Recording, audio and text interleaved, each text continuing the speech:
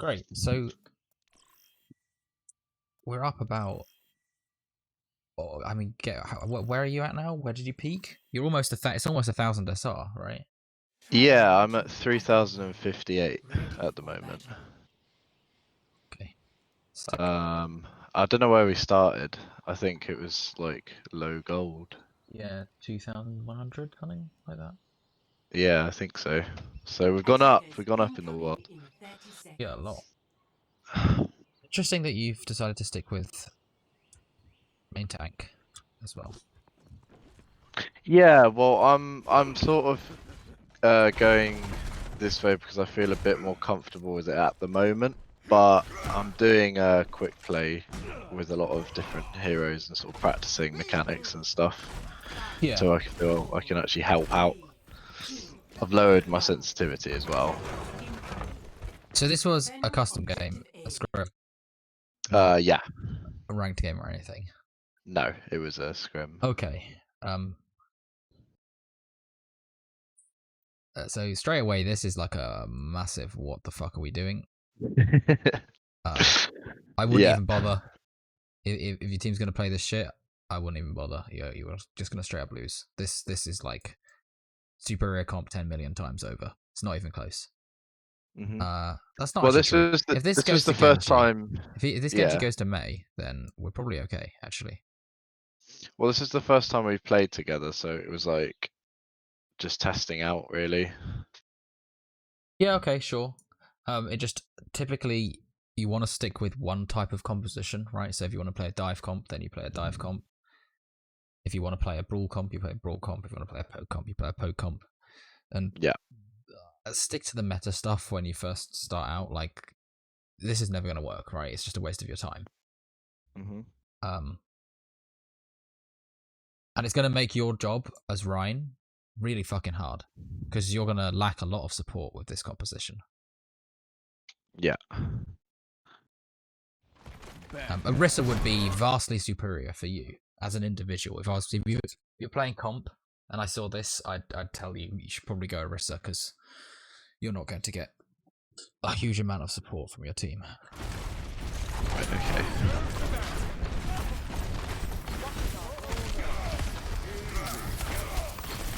Okay, so let's watch this again.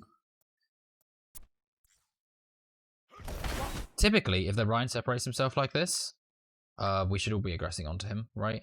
This is the kind of thing that you can call that their Ryan is completely separated, and that we can just go on him, right? This McCree could have been a problem, but this guy's just inting, right? Like, he is completely separated from his team. If you this is one of those times where if you charge him, it's super impactful. If he's dumb enough to play this close, he's just giving you a free win, right? Like, he's actually just feeding here. And this is, again, you should be attacking him, right? We should be looking for full aggression onto this guy. You don't need your shields to go aggressive onto this guy, right? You need damage. And you need to punish him for being this far out of position. If you don't do that, I mean, if you walk up and separate him and your team go aggressive on him, that's kind of okay, but typically you want to do your initial damage onto him. You can move up and take that space with your Sigma shield, right? He places his shield in, you can go aggressive on this Reinhardt, and then you can say, like, stabilize out this corner, and this Reinhardt will almost certainly be dead, right? That or he's backed up, and you've got a massive HP advantage, right? Because he's so far out of position. But you have to take advantage of this poor positioning that he's put himself in, right? Maybe you didn't recognize that this was poor positioning, but this is, like, complete dog shit.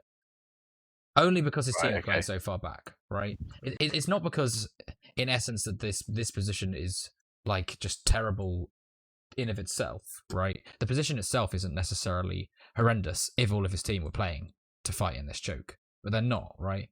They're all playing back here, so he should almost certainly be here or somewhere. Maybe he's in this open space and he looks to fall back to that corner, right? But otherwise, he has no support in this current position, right? It's gonna take him so long to get back to hard cover that he's just gonna die, right? He's gonna have to walk all the way back here or all the way back here. He's not going to make that walk if all 6 of you are shooting at him. He just dies, right? And okay, partially this is a macro play thing, right? But also on you as the main tank to call for the pressure on him, to call for people, look, focus their Rhine, right? He's a free kill. Right, yeah. You know, and it's not just that you're not communicating that. Because I can tell you probably not. Well, we were in a Discord call, but Yeah, I'm not great at call outs at the moment. I'm getting there.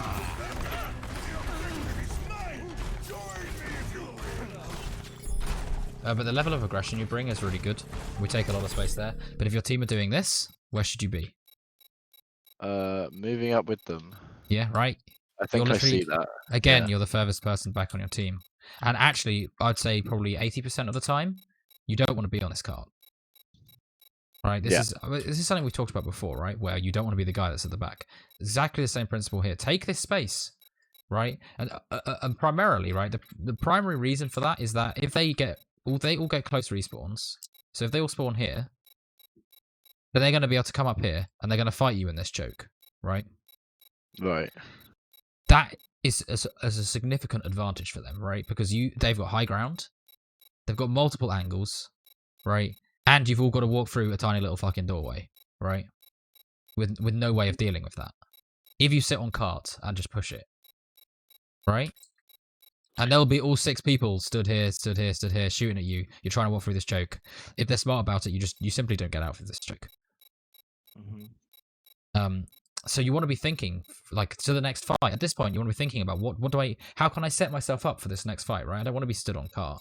I want to be up here, probably, right? And that way, they don't really cross this line if you do that, right? And that way, the cart gets to here, and you get all this extra free space because you've taken this space as the main tank, right? And you only need most of your support. Like everyone but your Lucio can be up here with you as well, right? Or maybe everyone but your Sigma, and you can contest this position, and then you can fall down, and by that point, the cart's maybe already here, and at which point, you don't have such a big disadvantage in terms of the geometry. Right? Yeah, that makes sense. So you want to be thinking ahead like that. And you never, ever, ever, ever want to be the guy stood on cart, right? I mean, we had this discussion before, and you're the guy stood on cart again. And I think it's great that you're so focused on the objective, but right now the objective is 1, right? There's no fucking point in you being on the payload. The objective is over here. Right? Yeah. Over here. Best case scenario, 5 of you are stood up here. Right? Like, or if they don't get good spawns, that is, right? Or even better, you kill them as they're coming out of the spawn door, right? And you're all like stood around in this space. That would be like a big brain play, right? That would be the real objective play because you've taken as much of this path prior to you basically snowballing, right? That's the whole point, is that they're still in spawn. You're snowballing. You just walk up and just take the next fight, right? And you take it while you have the advantage to do it. They don't take advantage of this, right? They don't take advantage at all of all the space that you've given them. They all just mong around on low ground. They could have come up here. They could have had at least a couple of people up here, and that would have forced you to concede space. But they don't do that. Better teams will. Right, okay. Right, because they don't need to take this fight with you down. That's a fucking huge kill, and we're just kind of... So they're just kind of falling apart at this point. We can just go all the way if our team backs us up. So I think you're a tad scared, but okay, because we don't have our Ana. This isn't ideal in terms of who's pushed up because you don't have healing. Yeah. At this point, this is right? what I mean. Like, yeah. And at this point, this is really where you want to get control of the chokes, right? Because once you're stood at this choke, you know how hard it is for them to walk out of it, right? You stand there, you cleave that area, they can't walk out. This is really where the next fight has to happen, right? He needs to be up here. I don't know. This guy could be back on cart, maybe. I don't know. Maybe you want Blade for next fight. Your Ana does need to be up here. Maybe your Sigma could be on cart. Yeah. Part of the problem is the shitty team comp you're playing, right? Because if he was playing D.Va, he could be on cart and then he could like fly up when he needs to. Lucio maybe is the one that wants to be on cart, but I think part of it is that you wanted to chase, so you kind of need the mobility to do that, to make that happen. Regardless, right? Regardless, we set up for the next fight, right? So at this point, we need to be up here. Your Ana needs to be up rather than on cart. Someone else needs to be on cart. Probably one of your DPS. I would only put Genji there because Genji's just a dogshit hero and he's completely useless. But that would be only because I have a prejudice against anyone that's wasting their time playing Genji.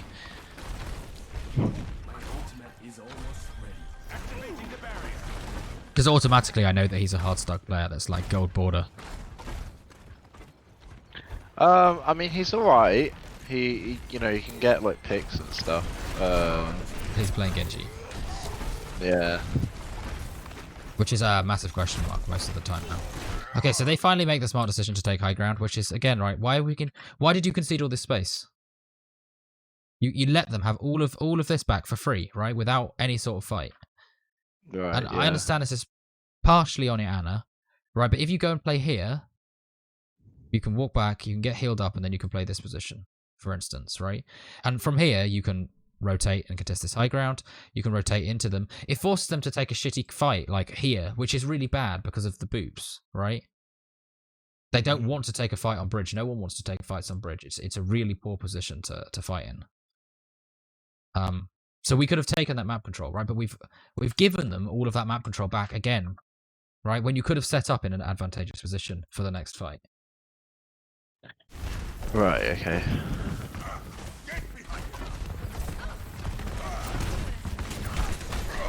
So we force a contest onto them, which is kind of dumb, 1v6. And yeah, I didn't know no one was coming with me. That was just bad communication, really. Okay, sure, that's a part of it, right? But regardless, if they're not contesting the card, do we need to contest the high ground? No, we can just sort of like wait for them. Versus a good team, all 6 of you need to rotate onto the high ground, for sure. Yeah. Versus a bad team, not necessarily. Okay. And this is one of those things where you could potentially, like, if your whole team rotates into this space, this high ground is no longer that beneficial to them, right? Because your team can LOS them. Or if your team rotates really far over here, maybe the range is the drop off from McCree's pretty far. That's not really ideal. The point that I'm trying to make is, you know, we should have contested this together probably, and if we're not going to contest it, commit to not contesting it. If all 6 of you stay on cart, you're probably okay too, right? But like you say, it's a communicational error. You need to be, as the main tank, probably the most vocal person on the team. Main tanks lead the comms in almost every team because you control where the team goes, right? And if you're not like verbal diarrhea, I'm pushing up, I'm going to play this corner. Okay, can we play passive for a second? Okay, you ready to go aggressive? Yeah. Okay, 3, 2, 1, right? And then we go aggressive. Okay, like run. You know, and you're almost always the target caller too because you have the shortest range in the team. And if you can attack them, pretty much everyone else on your team should be able to attack them, right? If you can't attack them, then who knows whether your team can attack them or not. Right. Yeah. Okay. Right. So you have to be the leader of the team as the main tank. There is no question about that.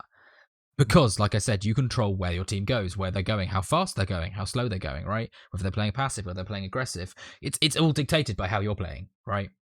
You are the centerpiece of these compositions. This is particularly in Rhine comps. Not so much when you're playing, like if you're playing Orisa in a poker comp, it doesn't matter so much. If you're playing Winston, again, you might not have to be so vocal. You might be okay, we're going to dive, like, you get the information from your DPS, and then they'll say, okay, can we go on Ana? And you're like, yeah, okay, 3, 2, 1, go. And you might call that countdown, but that might be the extent of your communication. But in a Rhine comp, you are the centerpiece of the comp, right? You have the shortest range, you're the big shield man that everyone has to play with, right? You control everything about this comp. So everyone has to listen to you when you're playing Rhine, right? Right. And you also have to be vocal about, like, okay, I'm going to push, can we push high ground? And everyone's like, yeah. And you're like, okay, cool, like, ready? 3, 2, and you're like, you stop here on this corner, and then like 3, 2, 1, and then you commit around the corner, right? Right. Yeah. I'm working on my call outs. It's getting better because I'm not so like not understanding anything because like as I'm playing more and talking with people more, it's becoming clearer on what I need to say. Yeah, absolutely, right? I mean, and it's particularly like positional stuff and pacing stuff, right? Like, I'm going to go here, I'm going to go here. I'm going to play here, and I'm going to play passive. I'm going to go here, I'm going to go aggressive, right? Those are pretty much the kind of things that you need to be calling. And typically targets as well, right? I should probably learn D.Va as well. I mean, that'd be a good idea. If you want to be a main tank, definitely not. But that's true, actually. Yeah, if you want to be an off tank, then yeah. But yeah, D.Va does not fit into the main tank category. Yeah, it's because our other tank doesn't know D.Va yet, so it's like. So what does he play? I didn't really know. He's like, hang on, what did he say? He says I could play off tank or main tank, but I've mainly played Sigma, Monkey, Orisa, and Roadhog, which is a weird What a mix. But question mark, dude. So he can't play off tank, is what he's told you. Essentially, in that comment there, he says he can't play off tank because off tanks, Zarya, D.Va primarily at the moment is like primary off tank, right? If you can't play D.Va, you can't play off tank. right, Sigma like loosely fits into the category. But if you're going to play Sigma, you probably have to play Orisa, just because the two tanks work together well, right? They synergize, whereas not so much with Reinhardt and Sigma, because Reinhardt wants to play like in their face, right? He wants to play fast. Sigma doesn't want to play fast in the same way that Reinhardt does, and that makes him just kind of, it gives him a bit of an anti-synergy in that sense. You're kind of forced to play slow with Ryan, which can be kind of awkward, particularly on attack. yeah, you know, there's like specific geometries which can make it doable, but on attack it's hard. right. And typically that's why Zarya would be favoured, even if you want to play like slightly slower, because she has a lot of damage and she will play better in the slow comps. Okay, so we just let this play out. So at this point your team should be jumping off the map or some shit. Or maybe this McCree's just going to feed. She's great. Okay, so this is some really questionable play from the opponent team. But we're still not back, right? So you should be telling your team, play passive, wait for me, right? Go back to so-and-so. Again, right? Pacing calls. You're 2 down, you need to be waiting for a regroup, right? Because if one of them dies here, it's staggering. It's a stagger fight, and then it's just shit, right? Like your McCree fighting up here with a Mei, good way to get himself staggered, and then you're just taking a constant fight 5v6, right? So again, you should be calling the regroup. I mean, maybe at this point we can nanoblade. We can probably just insta win on the nanoblade. That would be a good call in this situation. Based on this anti-nade, you can call some aggression, and the nanoblade is pretty much free because their McCree's dead and their Mei's pretty much out of the fight. It's not necessarily on you to call that, but you can suggest it. Right. Yeah. Right, because we had to, basically in that moment, I mean, you see now, right, everyone's back up to full HP, but in that moment, we had an advantage. We had a massive advantage. Maybe you didn't, maybe you weren't really able to see that. It might not have been clear from your perspective. In which case, this is just poor awareness from your team, right? The McCree thing really sucks. But again, you could have impacted this by saying, okay, regroup. And at this point, maybe you can't actually see. At this point, you might have been able to see what's going on, especially since they'd said, oh, massive anti-nade, right? I mean, if Anna hasn't called that, then again, he's not communicating things as he needs to. He should be saying, massive anti, right? He should be calling for the aggression at this point. Like, go, right? Because we've got a huge anti-nade. The fucking 3 people are half HP. I mean, we don't know about the Mei, right? But the front line is low. The UCO is fucking 1 HP, right? This should be like, instantly nanoblade. But you have to capitalize on these things in the moment. Maybe you see this, maybe you don't. But in this moment, we should be capitalizing on it because we have such a big advantage at this point, right? We also have basically 6 ultimates, right? Fucking use them. If you sit on them, they're going to have 6 ultimates too, and then you have no advantage. The faster you cycle ultimates, the bigger advantage you have, right? Yeah. Because you get through them, you get more. And then that just means that you get more ultimates in the game, right? If you're using them frequently. And you should be pretty much looking to use them every fight. Use 1 or 2 ults every fight, depending on what's going on, and depending on your team composition too, right? You should be if you can, planning around your ults, right? And that will affect how you're going to play as Reinhardt, right? So this will again affect where you're saying that we're going to stay, how fast we're going to play, right? And again, these things this is typically why, again, it comes back to the main tank a lot of the time. They'll call these plans because, again, you're the one that decides where we're going to play and how fast we're going to play, right? Fast when I say fast, I mean like aggressive or passive, right? Like the pacing is just about aggression. They are synonymous with each other in this game. So you've taken on probably the hardest role in terms of understanding the macro, right? You have to understand the macro to play main tank really well. Right, so at that point, you probably should have been saying, let's go, right? I'm not saying it's any easier on another role, right? Like, as you're getting towards Diamond, at this point, you really do need to start to understand the macro, because people will start to get it at this point, right?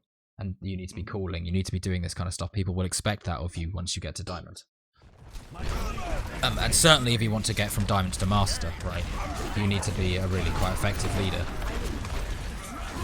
Okay, so... Holy shit. What a...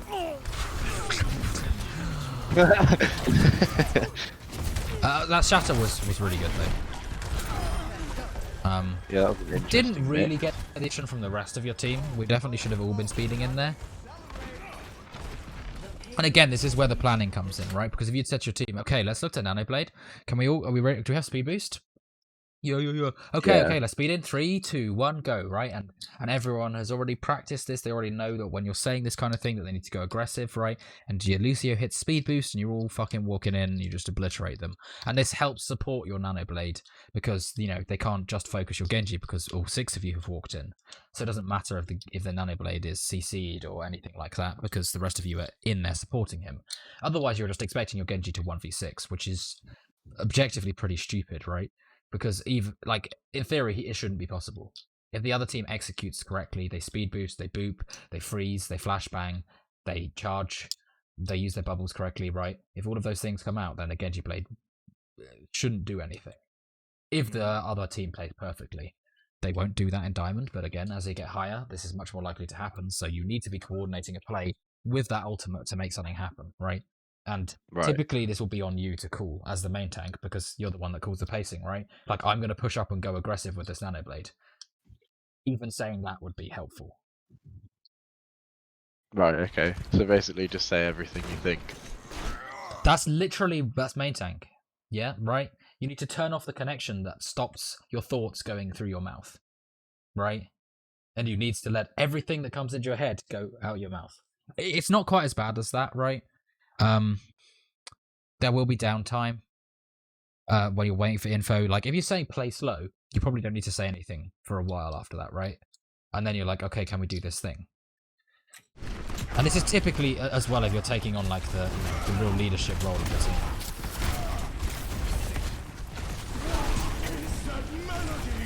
Yeah, you do a great job of forcing him off this corner. This is really dumb, right? This is like instant suicide. Yeah, I didn't. Yeah, to be fair, Right. the McCree. I think the McCree gets a really good high noon to save me. Oh, is this? Oh, mate, did you coordinate Yeah. that? In which case, that's fucking big brain, dude. Yeah, well, he said he's got high noon, and I saw the old. Yeah. He's like, I've got high noon. I was like, I'm charging in. Bang, bang, bang. Dude, that was big brain. I'm just putting that out there. Actually, that's huge. Well played. That was like the one time I actually coordinated a proper attack.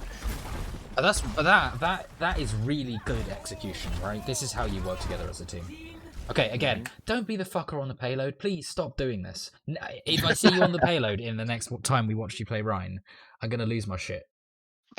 Okay, I'll try and be on the payload right? as little You've got as possible. 2 tiny fucking chokes that they can never walk out. If you're stood here, you're gonna do 12 quadrillion damage as they try and walk out of this choke, right? Like, their backline could never walk out of this choke if you stand up there. So why are you letting them, right? Set up for the next fight. Look, don't be here, right? Okay. Don't be this guy at the back. It's crazy, right? Right, because this Anna would be free. Like, you just killed her, right? She's just dead. The Lucio, he's dead. Reinhardt got no support. You kill him, he's dead, right? Huge, big brain play, right? But we've just given them all this space that we just simply didn't need to do. And it's not just here, right? We've seen this on repeat now, where you're just conceding space and not staying up for the next fight. You probably could have avoided letting that shatter through by telling your team, I'm going to play left side, right? I've been a little bit clearer about where you were going to stand on the point. Maybe he didn't actually shatter anyone. I think he got somewhat. But I think he maybe got your Lucio. Nice. That's a really... This is a fucking roll, though. Yeah, we did pretty well. I don't think I played as well in defense, but I didn't really play that well there. 4.5 minutes. This is like pretty much the fastest you could do. Just putting it out there. Like, this is an absolute fucking steamroll. I think these guys were, believe it or not, mid-diamond to master. And I think we're low diamond to master. I think that was what their team was. I think their lowest is like 3.1.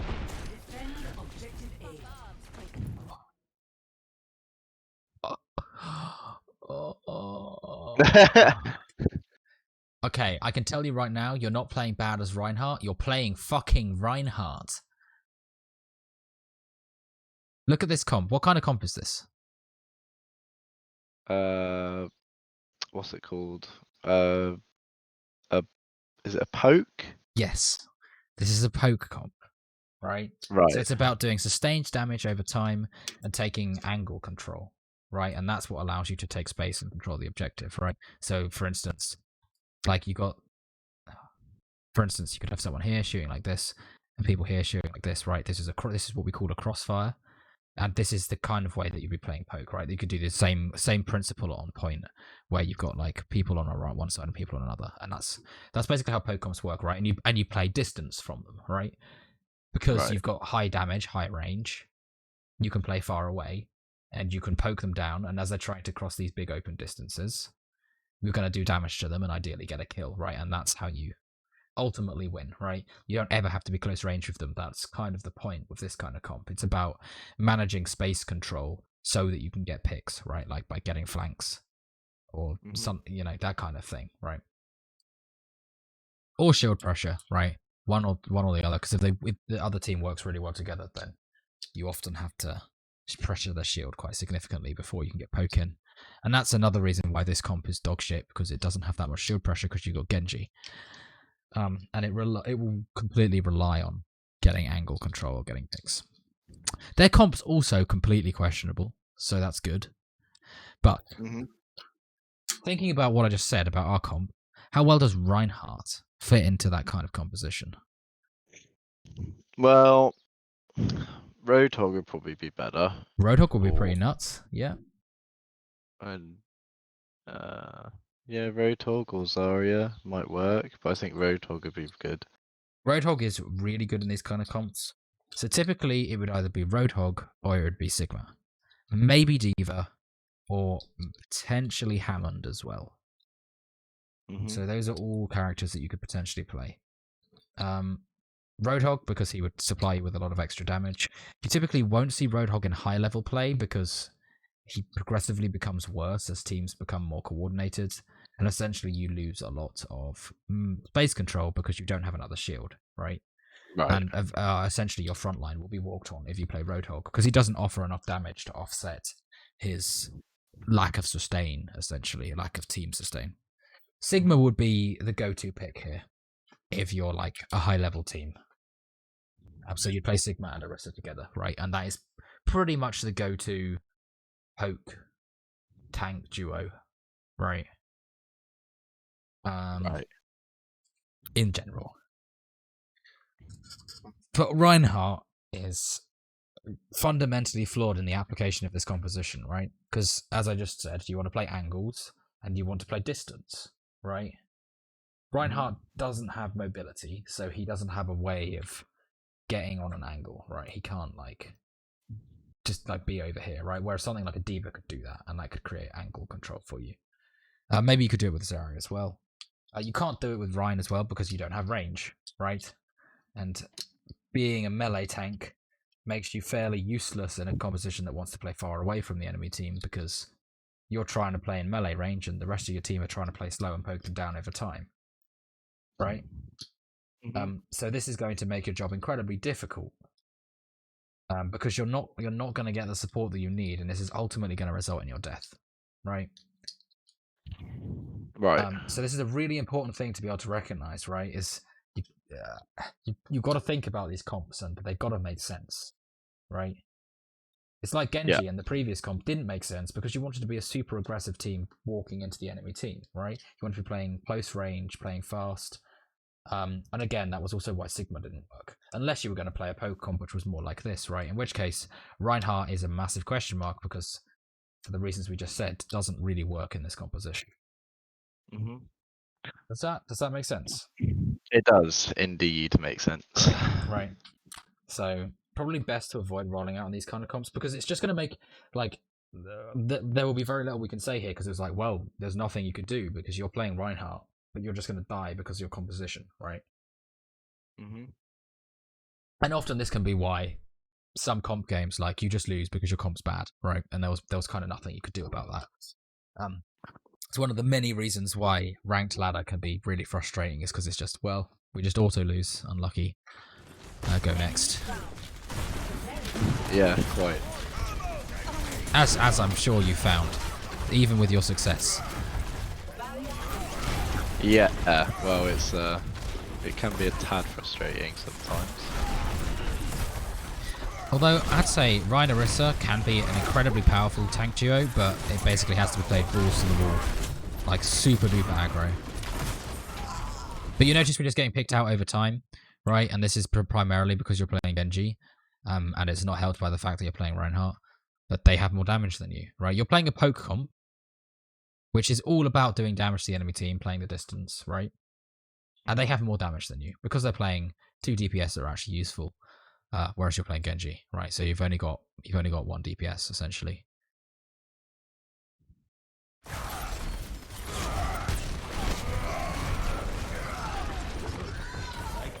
So at this point, we should instantly recognize we need to change our composition, and we should change something, right? Straight away, if you lose a fight like this, if you lose a fight in general, you should be thinking, is there a way that we can optimize our composition, right? Can we change to something else that's going to make this better? Right, that's one of the many things that you want to think about in between fights is, well, am I playing the right hero?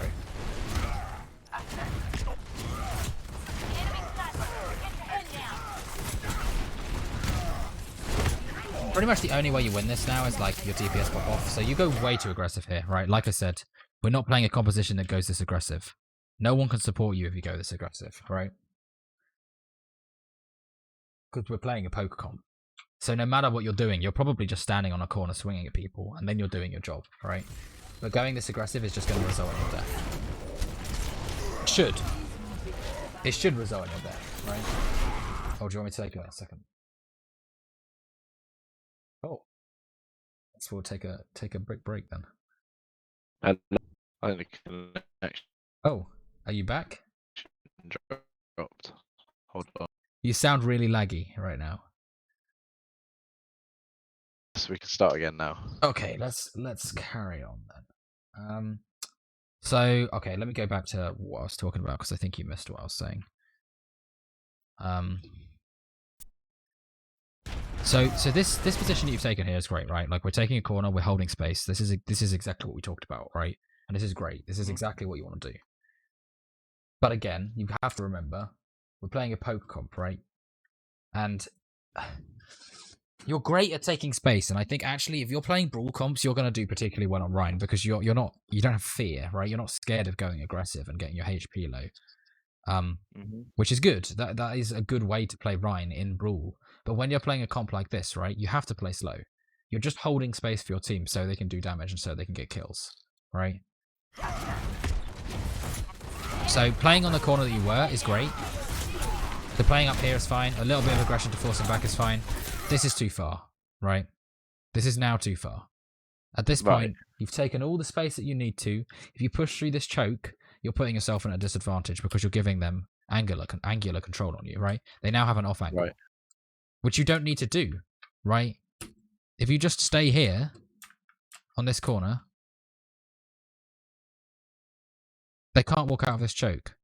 And that's great, right? And you can do just the same thing stood here, or stood here, or stood here, right? All of these are good positions. They've all got, routes for you to fall back. This one is a very common one because it also gives you control of both chokes, right? So this is probably the position that I'd recommend most of the time. Kind of depends on what their pathing is. But going this deep, particularly with your composition, isn't ideal, right? If you're playing a brawl comp, I'd say, okay, maybe you can go for it because you're going to punish him for the damage that you've done, right? You can capitalize on that advantage that you have. But you can't do that here because you're simply never going to get the follow-up from your Ashe, who's up in this high ground. And okay, I don't know what the fuck, your Genji is mental. Because there's no way he should be there either, right? But you see what I'm saying, right? You're never going to get the support that you need in there. You're also out of your Ana's LOS, right? So she can't heal you. And this is another important factor when playing these kind of comps. Is you want to know where your Ana is, because you need to be able to play inside her LOS, right? If she can't see you, she can't heal you, you can't get heals, you're going to die, right? Mm. So there's quite a few factors here that mean that this aggression is kind of unjustifiable. By some magic twist Miracle. of diamond stuff, you get out.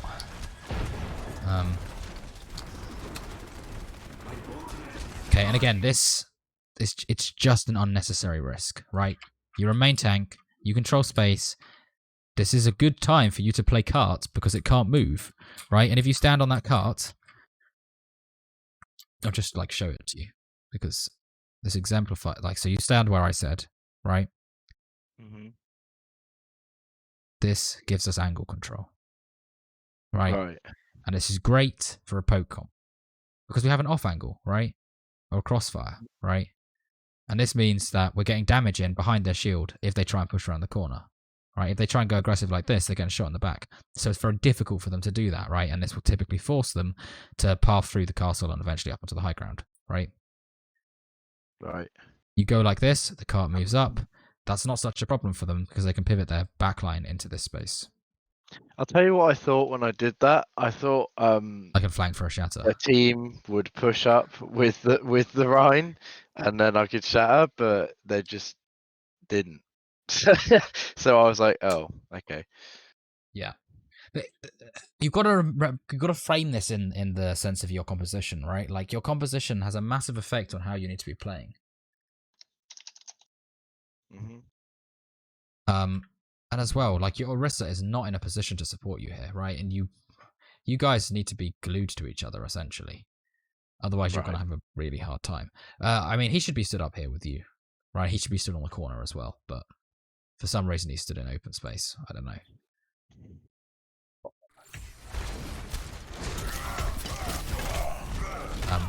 And you get yourself killed by trying to... Thing is, right, if the team's not pushed up, what could you have done? Right? In fact, I'll go back.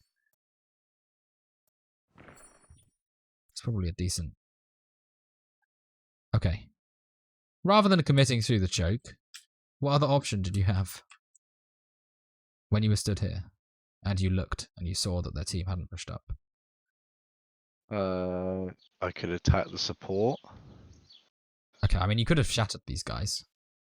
Yeah. But that would have been bad because, again, your composition, they can't follow up, right? So aggressive plays are bad. Any other thing you could do? Charge away. Yeah. I mean, charging the Rhine out isn't the worst play. More what I'm thinking is you could just go back. Right, okay, yeah. Big brain, right? You go look. Oh, look, none of them are pushing up. I can go back and kill this Reinhardt who's solo. Mm-hmm. Right, great. This way, not great. Shit. Right, and it results in your death, ultimately. Right. Oh, what the fuck? Okay, so assess the situation with even. Terrible position. Nice charge. Oh, why am I on 60 FPS? How did I start that play without being tabbed in? Okay, that was a nice charge and a nice reposition. Okay, and ultimately this is the thing, right? Like over time, because you've got the high ground control, your Ashe is just demolishing them, right? Mm-hmm. And this is the point, right? If you're just staying alive on cart, she's still going to do that, right? You don't have to look to make plays like you were. She'll do the same thing, right? It's just all about having some sort of crossfire like this that enables the Ashe to be able to make these kind of plays, right? Even better if he's not playing Genji and he's playing, say, Hanzo and he's actually doing damage to the shield. God forbid we're playing a useful hero, right? And then we've got a decent crossfire doing shitloads of damage. They can't even walk up at that point, right? And again, even better, if you're playing Orisa and your other guy's playing Sigma, suddenly you've got a front line that's now doing loads of poke damage as well, right? And you've then got a composition that looks really strong. Right, and you guys already look like fairly competent, right? But you could just be doing I mean, considering this is literally the first time we'd ever talked to each other, played together. I mean, to be fair, there is this kind of, I don't know what you call it, like I guess Goldilocks zone, honeymoon phase. you know, I guess honeymoon phase is a pretty good word for it. Where teams are just good at the start. They almost always are because everyone's motivated, everyone's trying, and you can only go up from nothing, right? So you automatically feel like you're doing well. Yeah. I guess that's true. So you're trying to play up on this corner, which you could do, but your Orisa has committed to playing back on this corner.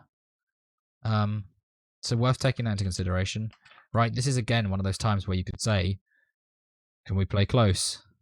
Right, and ideally do that before the fight and before your Orisa's wasted his shield. Because if you want to play close, then you play close. Your Orisa's kind of dictated where you play here, right? So you kind of have to play back on this corner, right? But if you don't communicate between each other to make this happen, then you're going to end up in this open space, which is where you don't want to be, right? Unless you're aggressing, unless they're all here and you're aggressing around this corner because you've done so much damage to them. Right, but you're basically just wasting your shield playing up there, right? And another reason why we should be playing forwards is because we've now given them access to the high ground. Which sucks for us, right? Whereas if, again, like you were looking to play out this corner, like I said, if we communicate it, we play at the corner, they can't make this rotation for free. You do damage to them as they try to make it, right? And that protects your Ashe, your Ana, all the people that are on high ground, right? Essentially, you've thrown this fight now because they're taking like a 3v6. Right? And you're now creating no space as a main tank. Which is bad, right? If you're not creating space as a main tank, then you're not doing your job. You're not doing anything or contributing anything. Does that make sense? Yeah. Right, so you've got to deny these kind of rotations. That's going to allow them to get onto your DPS.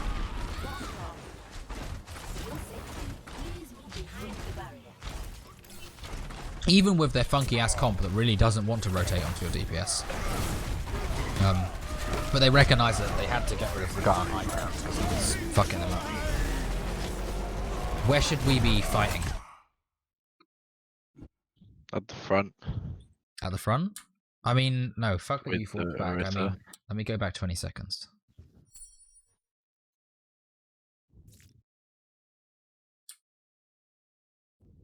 Press that, okay, did that. Okay. Where should we be fighting now? What should we be doing, in fact? Two options. Well, I guess we're 1, 2, both DPS down. Yep. Which means just probably fall back or die. Exactly, right? Those are the two options in this case. The fight is lost, right? Die on cart, deny them time, right? Deny them distance, right? Or get out. Getting out is not going to be an option for you. They've got Lucio, right? So they're just going to catch up to you. So in this point, we fight on cart, right? And we deny them as much time as possible. We just stall on the cart and then we die. And then we're going to get a fight like somewhere here with all 6 people, right? And that's fine. Right?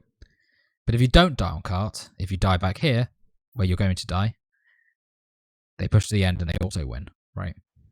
Because you don't get to recontest properly. You don't get good recontest as 6, right? So take the L, that's fine, right? Do it on the cart, deny them the space. Right? Does that make sense? It does.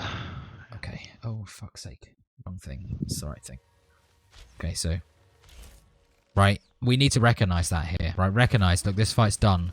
Maybe we could have walked out. That might have been an option, actually, right? But recognize, look, this fight's lost. There's no fucking chance we'll win this. They wasted an ultimate, which is great.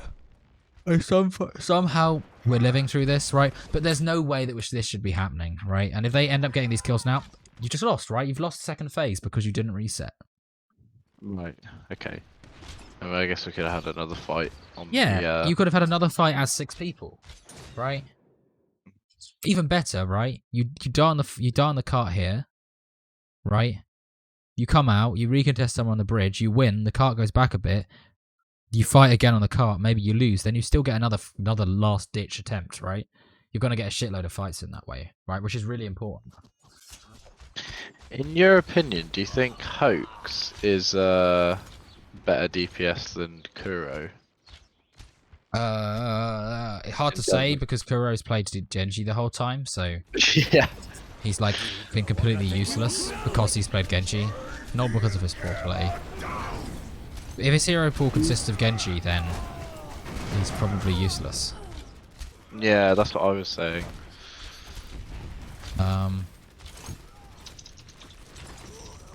It's more like if you say to him, and it kind of depends, right? If it's just a casual scrim team, then whatever, right? But if you're like, oh, we really want to try hard, we want to get better, then that's a no on the Genji, right?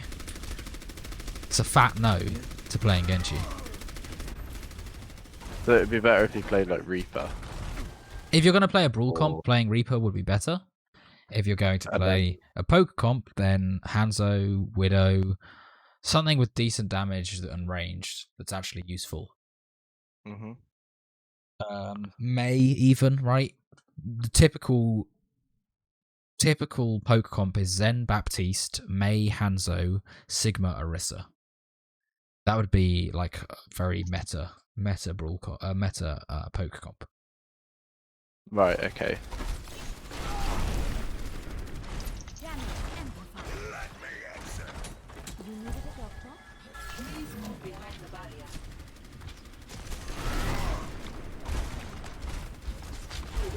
So in that last fight, we probably shouldn't have shattered. Just putting it out there, right? They'd already got the objective.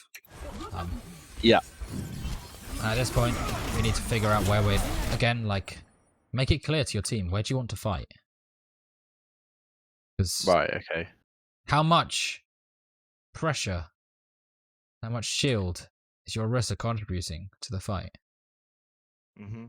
Right, and this is probably the same problem, probably the same mistake that you make very well. You have made a lot in the past where, well, look, I'm a main tank and I'm stood behind my whole team. This is dog shit, right? I'm doing literally fucking nothing, which is what he's doing right now, right? But if you communicated to him, oh, let's fight in this choke, then he might not have done this, right? It would have been clearer to him that you want to hold close.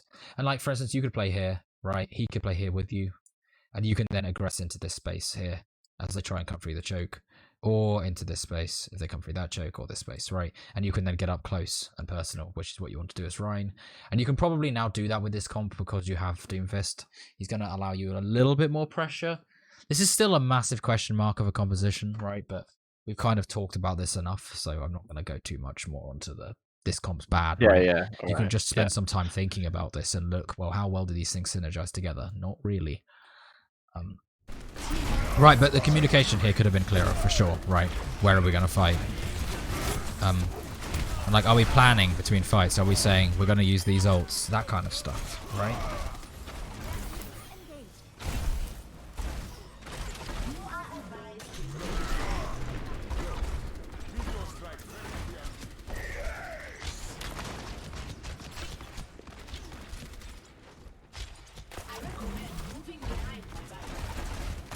It may be worth. Are you able to record? Yeah. And upload to YouTube? I can. Yes, I can do that. Because you may find it. We will start getting to a point in the not too distant future, if you keep up your rate of regression, that I have to hear your comms, right? Right, okay. Because it's such an essential part of playing Reinhardt as well. You know, I need to know what you're saying, right? And how you're saying stuff. I don't suppose there's any like players I can watch, because I know like there's like high level players that record a lot of their games and just put it on YouTube. Boga. Is any like Boga is a good person to watch. Right, okay. Don't know if he's just because I want to hear, I can send you like, some links afterwards. Yeah, that'd be great. Yeah.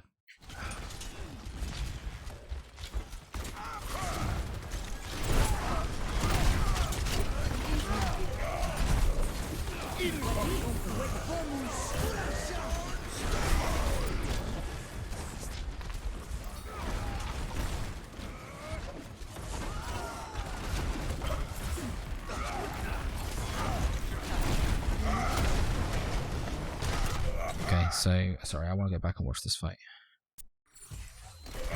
Fortunately, the DPS died unnecessarily. Okay, so they shatter, they beat. For some reason, your DPS is still going aggressive, which doesn't make any sense because we'd just be kiting the beat and then nano. And now we should just die on cart, right? We've lost play for DPS, so this is fine. Okay. But you say about them dying unnecessarily, right? Like, how much did you tell them? We're gonna play slow. Like kite. Well, we were saying like we need to come back and regroup. Don't die like for no reason. They just sort of went out anyway. But oh well. Okay. Well, worth saying to them, you know, like, boys, if we don't listen, we're gonna be fucked.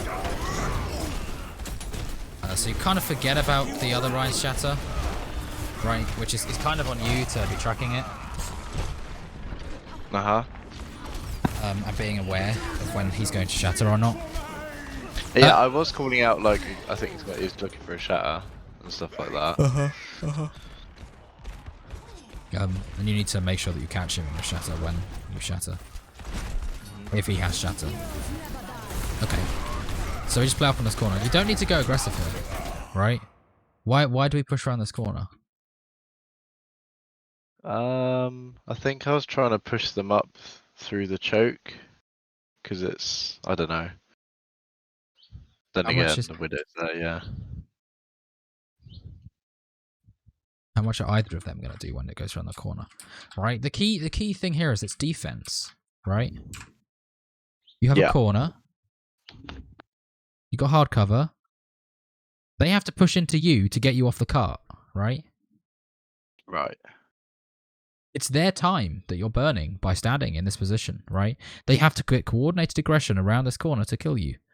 I'm not saying that you can't, you know, walk up a little bit, you know, do a bit of damage, maybe come up as far as this and then go back around the corner. That's okay. Bit of aggression, you know, keep them on their toes.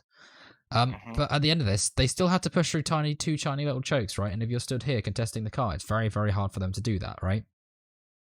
Right. Because they have to get you off this corner. And you're going to be cleaving the shit out of them as they're trying to walk through these chokes. You can even push up to the cart and do the same thing on this side.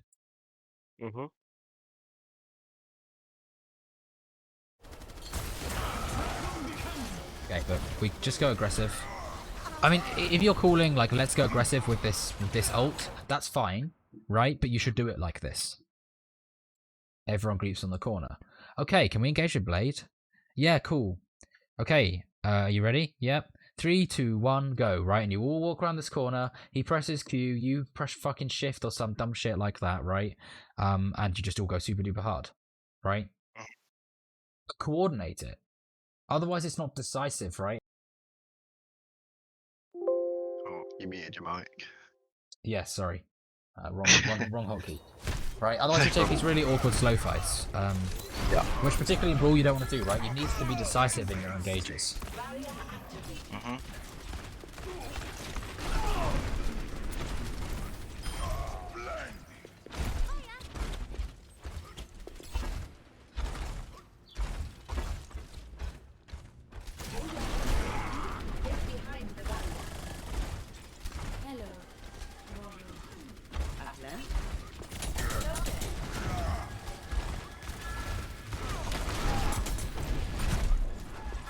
So again, we need to consider where we're going to play. Right. And make it clear to your team.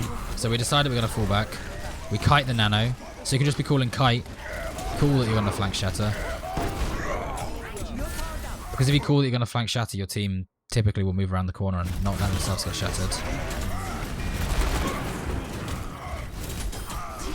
Okay, you get that kill, go back. You don't need to keep on going aggressive at this point, right? You've got all the space. You need to maintain the advantage that you have now, right? Or at least the fact that you've equalized. You push up here. How much hard cover do you have? None, right? And how much are you playing with your team? Yeah. Right? Because again, like, yeah, right? I mean, that's essentially what you're trying to do, right? Which you don't want to do. You don't want to do that. Play with your team. And again, your composition I kind of got in the allow for habit this, of it. right? Your team does not have the aggression to deal with this, right? You don't have a composition that allows you to go like this. If you were playing a Brawl comp, right? If you're playing Lucio, you're playing Mei, Reaper, Doomfist, Zarya, Orisa even, maybe Diva, right? You're playing a Brawl comp, you couldn't go for this kind of play, right? but you're not. You're not playing a brawl comp. The rest of your team cannot afford this kind of aggression because they don't have the sustain to do so, right? So you can't be going this aggressive.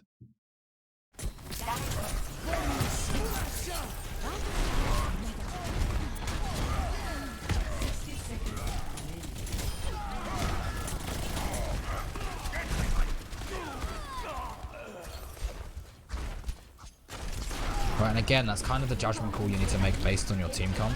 Because that aggression would be fine if you were in a brawl comp, right? And you're all like, oh, go, go, go. You know, and everyone's pushing up together, but that wasn't happening there.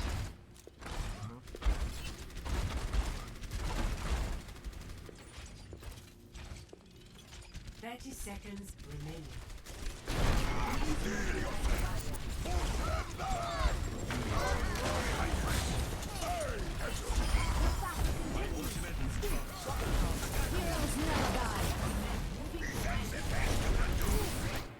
I just need to show you one thing very quickly.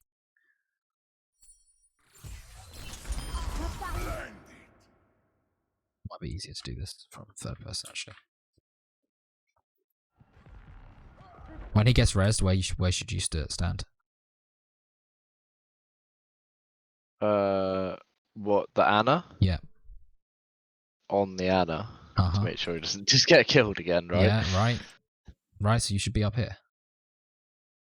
Mm-hmm. Otherwise, this Mei has, I don't know, tunnel vision. He's an idiot. He's like a retard, right? This is a free kill for him, but right, you should be supporting him. You're a main tank. If you see people like this, particularly in scrims, right? Maybe not so much in comp because it could be their fault for being out of position, right? And you may end up putting yourself so far out of position that you die yourself. But in scrims, right, when you're a team together, you should be working together as a team, right?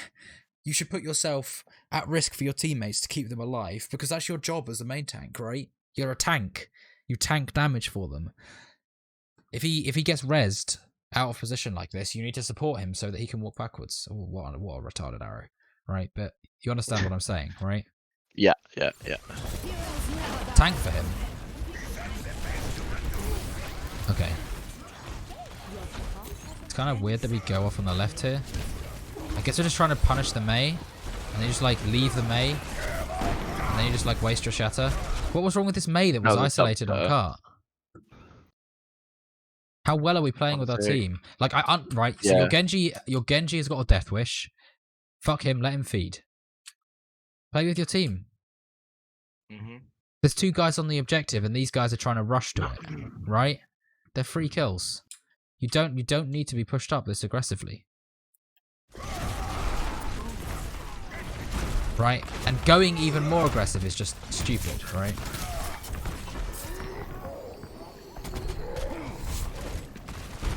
Like, you're really lucky to get away with this. I understand that, like, you could play here at this choke and stop them walking through, right? And that way, the guys on point would be isolated. But look at your backline. They've been demolished because you're not here with them, fighting as a team, right? You're playing solo queue at this point, right? Mm-hmm. Part of this is because, oh, look, we've won, guys, we've won. But you know how shit it feels to them then win this fight and then they push to the end and you look like complete retards for doing this play, right? Yeah. Right? Don't let that happen because it makes you look really stupid.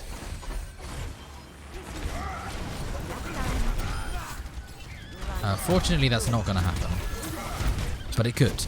Yeah, we got away with it. If it was a better team. Exactly, right. Okay. There's a lot to take away. Pretty much the end of this, right? Yay. So, let's summarize, as always. So one thing that we've said many times now. Don't stay on the payload. Don't stay on the payload. Mm-hmm. Right? This is... You have to understand the specific situation that this is in, right? In fact, no, I'm not going to say that, right? After a fight, push up and take space. Right? This allows you to set up for the next fight and have an advantage. Right? That's really what we mean, right? It's not about not being on the payload. Being on the payload itself isn't the problem. It's the fact that you're conceding all this space and giving them an advantage that you don't need to give, right? You can have the advantage, but you're giving them one for free. Go on, give me some more. You can probably reel them all off by this point. So you gotta learn to play around your team comp. Okay, so understand how your team composition wants to play. Yeah. And adjust your style accordingly.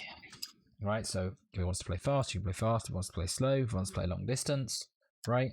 And again, kind of like coming off that point as well, is think about whether your hero in that composition works, right? So consider your hero pick more carefully, right? Right. Think about the synergy between the heroes in your team, right? So consider your hero more carefully. Think about the synergy between heroes in your team, right? Because again, in that last section, there, Ryan was just not a good pick, right? Yeah. Because he just didn't work with your team comp. And you could have played a comp that worked with Ryan. You could have played a comp and not played Ryan and played a comp that would have worked better together, right? And this is something you could definitely apply to ranked, right? Like you need to expand your hero pool. You can't just be a Ryan one trick if you want to be a main tank, right? Being good at Ryan is incredibly important because he's kind of the classic main tank. But it's useful to be able to play things like Orisa, and because if he's banned, for instance, right? Orisa is also a very, very strong pick in terms of playing main tank. And Winston, obviously. Okay. Next point.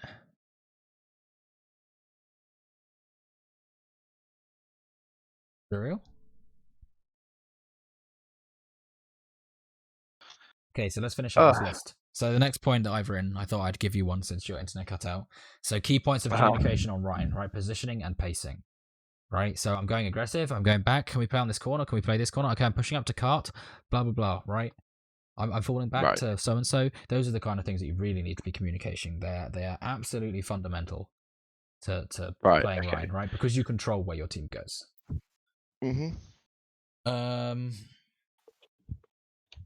Anything else?